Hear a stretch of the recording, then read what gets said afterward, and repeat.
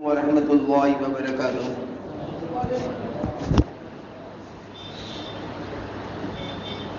الحمد للہ رب العالمین، الصلاۃ والسلام علی سید المرسلین وعلی آلہ واصحابہ اجمعین۔ ان اللہ وملائکتہ یصلون علی النبی یا ایھا الذین آمنوا صلوا علیہ وسلموا تسلیما۔ اللهم رب محمد صلی اللہ علیہ وسلم علی عباد محمد صلی اللہ علیہ وسلم صلاۃ دائما علیک یا رسول اللہ علیکم السلام صلی اللہ تعالی علیہ وسلم۔ بحمدہ تعالی آج 12 پارک مکمل ہوئے اور آج کل کی بقیہ سورہ یونس کی تلاوت مکمل ہوئی، اس کے بعد سورہ ہود کی تلاوت ہوئی اور اس کے بعد سورہ یوسف کا آغاز ہوا، اور بالاتفاق تینوں سورتیں تینوں انبیاء کے نام سے ہیں۔ سورہ یونس میں حضرت یونس علیہ السلام کا ایک لمبا طویل واقعہ موجود ہے، اس لیے اس کا نام حضرت یونس کی نسبت سے یونس رکھا گیا، سورہ یونس۔ اس کے بعد سورہ ہود کے اندر حضرت ہود علیہ السلام کا ذکر آیت نمبر 50 سے لے کر 60 تک طویل طور پر دیا گیا ہے، لہٰذا اس کا نام حضرت ہود کی نسبت سے سورہ ہود رکھا گیا۔ اور اللہ کے حبیب علیہ السلام ارشاد فرماتے ہیں کہ سورہ ہود نے مجھے بوڑھا کر دیا، یعنی سورہ ہود کے اندر وہ مضامین ہے، وہ باتیں ہیں کہ جس پر غور و فکر کرتے ہوئے آدمی کو ایسا لگے کہ میں بوڑھا ہو گیا۔ اور اس کے بعد سورہ یوسف کی تلاوت ہوئی، اور سورہ یوسف تو ایسی سورہ مبارکہ ہے کہ اللہ تبارک و تعالیٰ اس کے آغاز میں ساتھ فرماتا ہے کہ سورہ یوسف کا جو قصہ ہے یوسف، حضرت یوسف علیہ السلام کی ابتدا یعنی بچپن سے لے کر آخری عمر تک کا پورا واقعہ موجود ہے، جسے ہم پڑھتے رہیں تو بہت ہی لطف آتا ہے۔ اور اس قصے کو اللہ تبارک و تعالیٰ نے اپنے محبوب سے فرمایا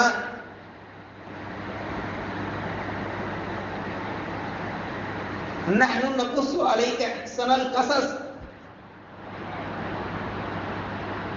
کہ محبوب ہم آپ کو ایک بہترین قصہ سنانے جا رہے ہیں۔ انشاءاللہ تعالیٰ زندگی نے وفا کیا تو اور مضامین پر جو ہماری تلاوت ہوں گی اس پہ مختصر سا گفتگو تو ہوتی رہے گی، لیکن حضرت یوسف علیہ السلام کا پورا واقعہ میں تھوڑا تھوڑا کر کے روزانہ آپ کو سناتا رہوں گا۔ اور ہمیں چاہیے کہ جیسے ہم اپنے بچوں کو کہانیاں اور قصے سناتے ہیں، جھوٹے کہانیاں، چور پولیس کی، گڑیا کی، پریوں کی، جس کا کوئی وجود نہیں رہتا، اس سے بہتر ہے کہ ہم قرآنی قصے سنائیں، بچوں کو قرآنی واقعات سنائیے۔ تو کب سنائیں گے؟ جب سیکھے ہوں گے، پڑھے ہوں گے تب نا۔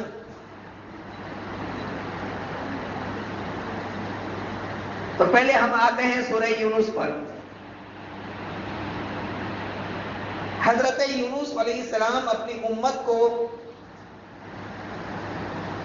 ہدایت دیتے رہے، لیکن وہ امت راہ راست پر نہ آئی۔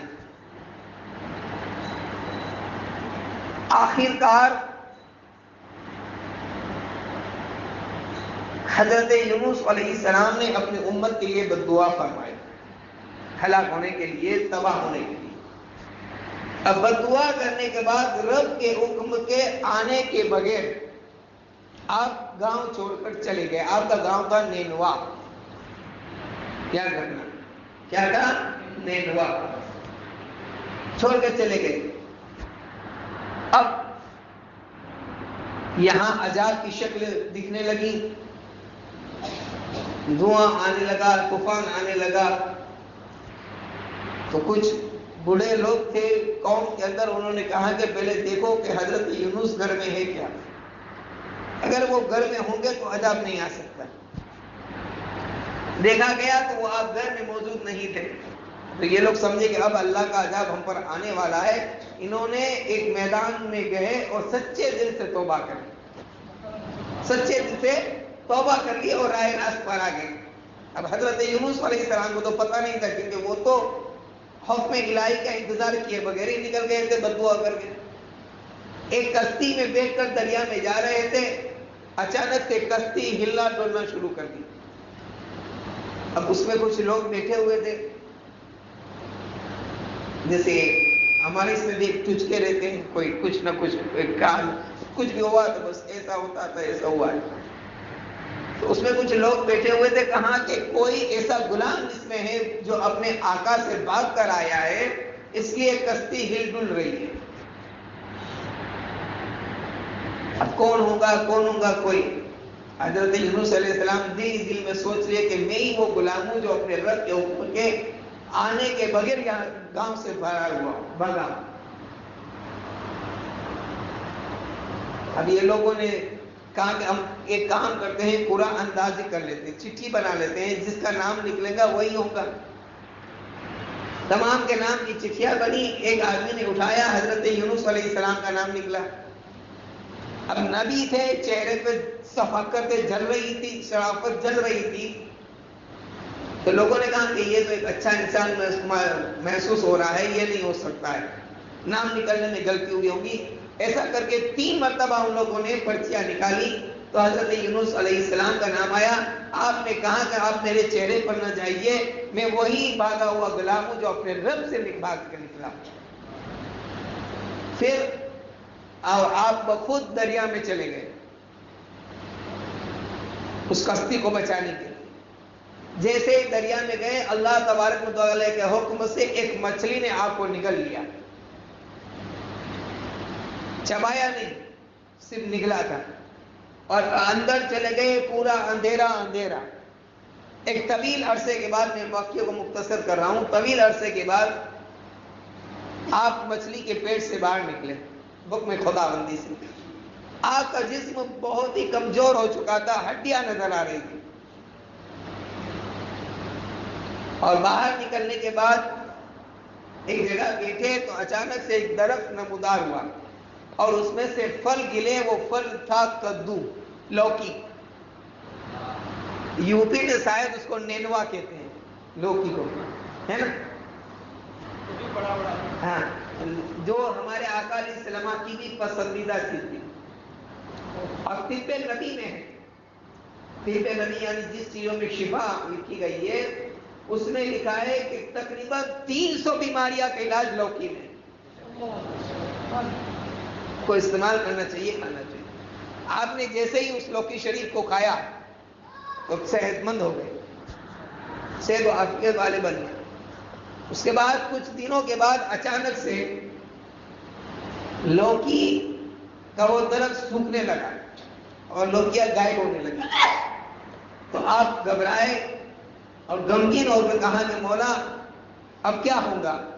تو حکم ہوتا ہے کہ تم نے اس وقت نہیں سوچا جب لوکی جا رہی ہے تو تمہیں یہ خیال آیا کہ اب کیا ہوگا. تم اس قوم کو ایسے ہی چھوڑ کے آ گئے. تب پھر آپ اس نینوا شہر کے اندر گئے, قوم ملی اور پھر قوم کو ہدایت کر دے کر آپ خوش ہو گئے. یہ حضرت یونس علیہ السلام کا مختصر سا واقعہ تھا. اس کے بعد حضرت ہود علیہ السلام کا واقعہ ہے, حضرت شعیب علیہ السلام کا قوم لوط پر جو عذاب آیا وہ بھی اس میں موجود ہے. پھر سورہ یوسف کا آغاز ہوتا ہے. حضرت یوسف علیہ السلام کی ایک تمیز باندھ کر میں آپ کو چھوڑ کر جاؤں گا تاکہ کل آپ کو سننے میں اور لطف آئے. حضرت یوسف علیہ السلام 12 بھائی تھے اور آپ 11ویں نمبر پہ تھے 12 بھائیوں میں. اور حضرت یعقوب علیہ السلام کے بیٹے تھے. یعقوب علیہ السلام کا نام ہے اسرائیل اور آپ کی اولاد کو کہتے ہیں بنی اسرائیل. اور حضرت یعقوب علیہ السلام کے باپ کا نام, والد کا نام حضرت اسحاق علیہ السلام. حضرت اسحاق علیہ السلام کے والد کا نام حضرت ابراہیم علیہ السلام. یعنی حضرت یوسف علیہ السلام کے دادا تھے حضرت یعقوب علیہ السلام کے دادا تھے حضرت ابراہیم علیہ السلام. حضرت ابراہیم علیہ السلام کے دو بیٹے ہوئے، ایک حضرت اسماعیل علیہ السلام اور ایک حضرت اسحاق علیہ السلام. حضرت اسحاق کی اولاد میں حضرت یعقوب علیہ السلام ہے، حضرت یوسف علیہ السلام ہے، اور حضرت اسماعیل کی اولاد میں ایک ہی صرف نبی ہوا. حضرت اسحاق کی اولاد میں بے شمار انبیاء ہوئے، اسی لیے حضرت ابراہیم کو ابو الانبیاء کہا جاتا ہے، یعنی اکثر انبیاءوں کے جد امجد آپ ہیں. حضرت اسحاق علیہ السلام کی اولاد میں بے شمار انبیاء کرام ہوئے. حضرت اسماعیل علیہ السلام کی اولاد میں ایک ہی نبی ہوا، وہ صرف نبی نہیں تھا بلکہ نبیوں کا سردار تھا، جسے محمد رسول اللہ کہا جاتا ہے. یہ حضرت اسماعیل علیہ السلام کی اولاد جیسے تھے. تو حضرت یوسف علیہ السلام کا یہ مختصر تھا خاندانی پس منظر تھا جو میں آپ کو سنا دیا. آپ کتنے بھائی تھے یاد ہے؟ ہاں، کل میں پوچھوں گا، میں صبح پوچھوں گا تاکہ یہ یاد رہے. بس آج اسی پر میں اتفاق کرتا ہوں، اور انشاءاللہ تعالی حضرت یوسف علیہ السلام کے باقی کے واقعات کل ہمیں سماعت فرمانا ہے. اللہ تبارک و تعالی ہمیں صحیح معنی میں قرآن مجید پڑھنے، سننے اور اس پر عمل کرنے کی توفیق عطا فرمائے. استغفر اللہ ربی من کل ذنب واتوب الیہ. وآخر دعوانا الحمدللہ رب العالمین.